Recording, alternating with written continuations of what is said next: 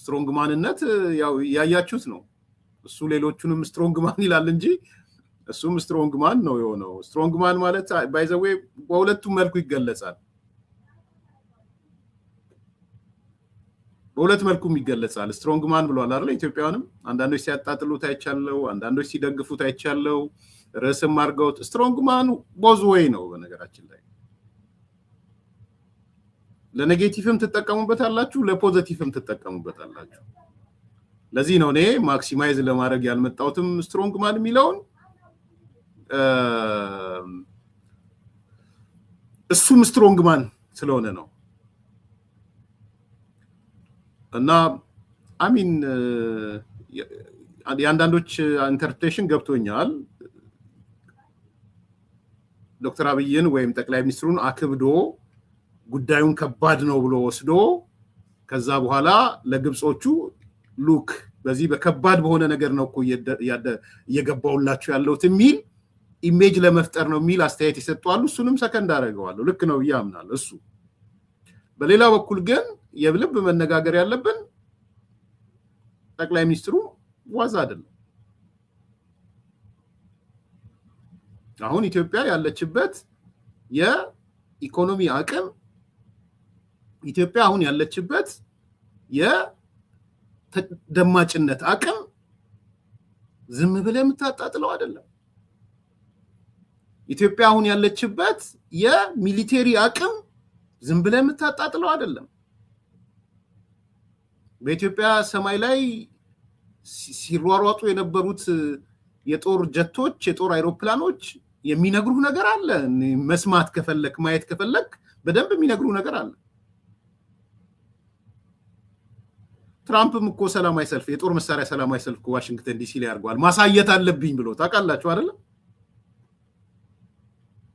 የሰላማዊ ሰልፍ እኮ አድርጓል ዋሽንግተን ዲሲ ላይ የጦር መሳሪያዎች ሰላማዊ ሰልፍ ብለውበት ሁሉ ኖ ማሳየት አለብኝ የጦር መሳሪያዬን ሊያዩት ይገባል ብሎ እኮ ዲሲ ላይ አሰልፎ እኮ አጥቷል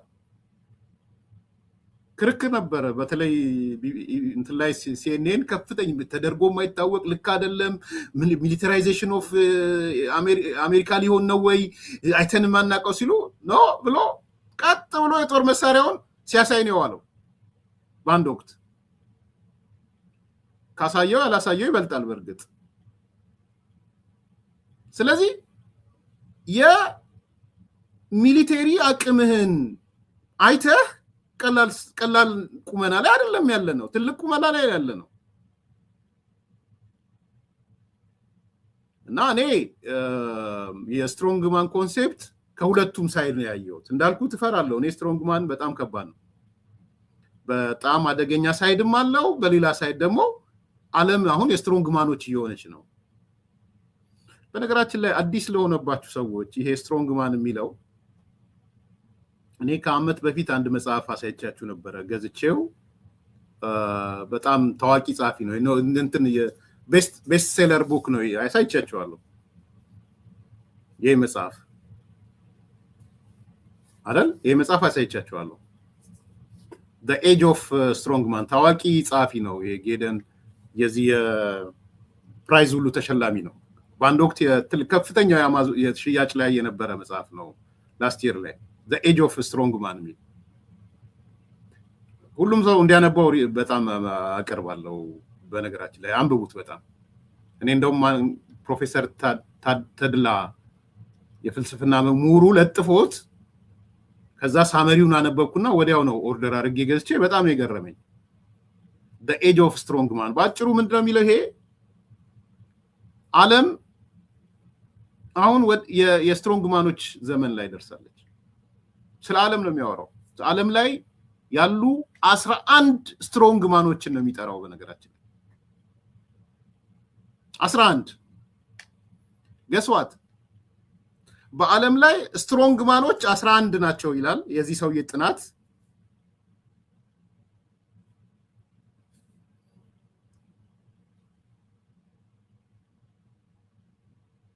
እስቲ ሞክሩ ከ11 አንዱ ሞክሩ በጣም እንትን መጽሐፍ ነው እንዳልኩት እኔ ሐሳቡን እጋራዋለሁ ምናምን ይያልኳችሁ አይደለም ስትሮንግ ማን ኮንሴፕቱን በሁለቱም ሳይድ ነው ማየው መፈራበት ሳይ ዲክታተርሺፕ ሊያመጣ ይችላል የሚል ፍራቻ አለኝ። ይሄን ታውቃላችሁ። 4 መስቀል ስዬ አንዱ መንገድ ዲክታተርሺፕ ሊሆን ይችላል ብያቸዋለሁ። ግን the age of strong man ነው የሚለው how the cult of the leader threaten democracy ይላል። እዛ ላይ የሚያነሳቸው ነገሮች አሉ። ሰው እንዳልኩት እኔ በፖዚቲቭም በኔጌቲቭም ስትሮንግ ማን ይታያል። ግን በአለም ላይ ያሉ ይሄ ሰው ያጠናው ጥናት ታዋቂ ሰው ነው፣ በብዙ ሽያጭ ነው። ባጠናው ጥናት ላይ 11 ስትሮንግ ማኖችን ጠቅሷል ዓለም ላይ ያሉ ማለት ነው። ገስዋት 11ኛው ማን ይመስላችኋል? ኖ በአሁን ሰዓት ነው፣ ሂትለር ምናምን አይደለም። በአሁን ሰዓት ነው፣ በአሁን ሰዓት ያሉ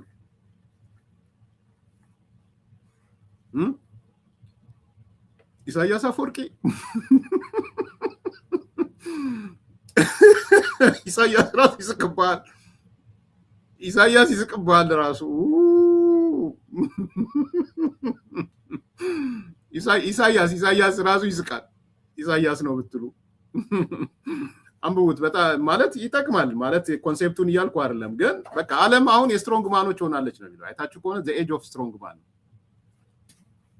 ተው ኢሳያስ አትበሉ። ተው በዓለም ላይ ስትሮንግ ማን እየሆነ የሄዱ ማለት ነው። 11 ናቸው። ቁጥር 1 ፑቲን ነው። ቁጥር 1 ቁጥር 2 ኤርዶጋን ነው። ቁጥር 3 የቻይናው ፕሬዝዳንት ነው ዣን ፒንግ። ቁጥር 4 ሞዲ ነው። ቁጥር 7 ዶናልድ ትራምፕ ነው። ዲ አሜሪካን ስትሮንግ ማን ነው ያሉት ቁጥር 7። ቁጥር 11 ልናገረው አብይ አህመድ በዓለም ላይ ካሉ በዚህ ሰውዬ ጥናት ካሉት ስትሮንግ ማኖች 11ኛው ስትሮንግ ማን ያላቸው ከነ ኤርዶጋን ከነ ፑቲን ከነ ጃቪን ከነ ሙዲ ከነ ትራምፕ ውስጥ 11ኛው አብይ አህመድ ነው። አንድ ቻፕተር ሙሉ ቻፕተር ስለ አብይ አህመድ ነው የሚያነሳው። ሙሉ ከገጽ ስንት ነው? the age of strong man የመጨረሻው ነው 11ኛው ላይ ማለት ነው። ፖዚቲቭ ነው ማለት አይደለም እንዳትሸወዱ። that's not ፖዚቲቭ ብቻ አይደለም። ስትሮንግ ማኖች ወደ ዲክታተርሺፕም ሊሄዱ ይችላሉ ብሎ ስጋት አለው ጸሐፊው። ግን ዝም ብሎ አላመጣውም ልላችሁ ነው። ትራምፕ ያለበት መስመር ላይ፣ ኤርዶጋን ያለበት መስመር ላይ፣ ፑቲን ያለበት መስመር ላይ ነው የዚህ መጽሐፍ ዘ ስትሮንግ ማን አንብቡት። ክራይቴሪያዎቹ ቅድም ያልኩ ነው። በአለም ላይ ምን ይላል እዚህ ላይ ዲቴል እንግባ እንዴ? the age of the strong man ነው የሚለው። ደን ፑቲን አለ፣ ትራምፕ አለ፣ የቻይናው አለ፣ ኤርዶጋን አለ። ሄዳችሁ 11ኛ ላይ ዶክተር አብይ አህመድ ወይም ጠቅላይ ሚኒስትሩ የኢትዮጵያን ጠቅላይ ሚኒስትር ታገኙታላችሁ። እንዳልኩት ግን እዚህ መጽሐፍ ፖዚቲቭ ነው ብቻ ያልኳችሁ አይደለም። ኢቭን ዴሞክራሲን ትሪትን ሊያደርጉ ይችላሉ፣ ወደ አምባገነንነት እንኳን ሊሄዱ ይችላል። ዋና ተጽዕኖ ፈጣሪ ሆነው ግን አገሪቷን ወደ ሌላ መስመርም ሊመሯት ይችላሉ። ከባዶ አይደለም ወዳጆች። ኢሳያስ ላላችሁ ግን ትንሽ ኢሳያስ አይሆንም።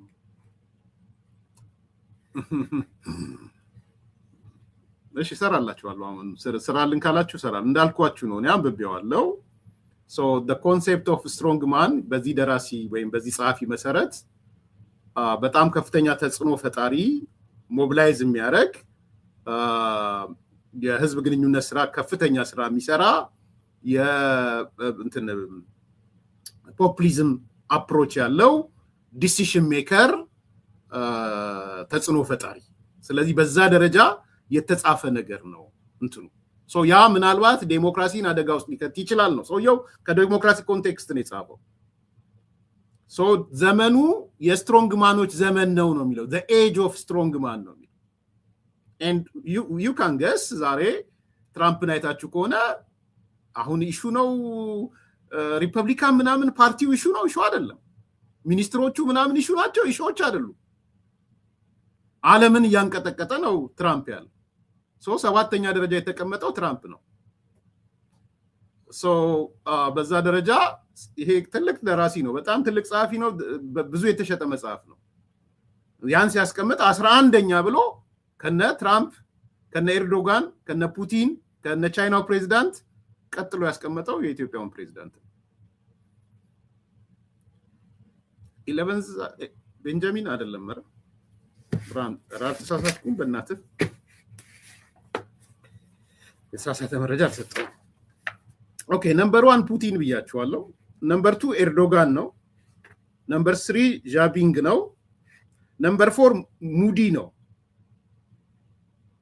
MODI። ነምበር 5 አላቀውም ኦርባን ነው የሚለው የዩሮፕ ፕሬዚዳንት ነው የሚለው ዩሮፕ ላይ። ነምበር 6 ቦሪስ ጆንሰን ነው የሚለው። ነምበር 7 ዶናልድ ትራምፕ ነው የሚለው አሜሪካን ስትሮንግ ማን ነው የሚለው። ነምበር 8 ሮድሪጌሮ ነው የሚለው ሳውዝ ኢስት ኤዥያ ላይ። ነምበር 9 MBS ናታንያሁ ናታንያሁን ነው የሚያነሳው። 9ኛ ናታንያሁ አለ የእስራኤሉ ማለት ነው። 10ኛ ላቲን አሜሪካ ቦልሶናሮ የሚባል አለ አላወቀውም ይሄን ብዙ። 11ኛ ግን አብይ አህመድ ነው የሚለው 11ኞች ውስጥ ይሄ ነው። ሌላ ቅድም የጻፍክልኝ ሰው ናታንያሁ ነው ያላችሁኝ። ናታንያሁ 9ኛ ነው ያለው። ኢንተርፕሬሽኑ ፖዚቲቭ ላይሆን ይችላል ብያቸዋለሁ። ኔጌቲቭ ነው ቢኮዝ ይሄ መጽሐፍ ስለ ዴሞክራሲ ምናምን ስለሚያወራ አፌክት ሊያደርጉት ይችላሉ። ስትሮንግ ማኖች ናቸው፣ ተጽዕኖ ፈጣሪዎች ናቸው ነው የሚለው እና ባጭሩ ይሄ ነው። ኢትስ ኖት ፖዚቲቭ ብቻ አይደለም። በደንብ አንደርስታንድ አድርጉ። እኔ ፖዚቲቭ ነው ምናምን የሚል ስል እንድትይዙ አልፈልግም። ግን ዋን ኦፍ ከ11 በዓለም ላይ ካሉ ስትሮንግ ማኖች ይሄ ሰውዬ ሲያጠና ከጻፋቸው 11 ሰዎች አንዱ የኢትዮጵያውን ነው የጻፈው። ከነዚህ ውስጥ ደግሞ እነ ፑቲን ያሉበት፣ እነ ትራምፕ ያሉበት፣ እነ የእስራኤሉ ያለበት፣ የቻይናው ያለበት ደርድራችሁ ኤርዶጋን ያለበት በዛ ደረጃ እንድታዩት ነው። ኢትስ ኖት ፖዚቲቭ ነው ምናምን እያልኩ በሌላ ኢንተርፕሬት እንዳይሆን ስለፈለግኩ ነው። እንደዛ ኢንተርፕሬት እንዲሆን አልፈልግም። ግን አሁን ብዙ ሰው ደነገጠ ማለት ትራምፕ መጥቶ የኢትዮጵያው ስትሮንግ ማን ነው ብዙ አላቀውም አንተም ስትሮንግ ማን ነህ ሲለው በተለያየ መንገድ ሲተረጎም ስላየው ማለት ነው። in any case ደረጀ አሁን የገባው ይሄው the age of strong man ጻፊው ማን ነው? ጌደን ራችማን የሚባል በጣም ወሳኝ መጽሐፍ ነው። ከምር አንብቡት። አይበቃም? ይበቃቸዋል። ላይክ አድርጉ፣ ሰብስክራይብ አድርጉ፣ ሼር አድርጉ። ካፍታ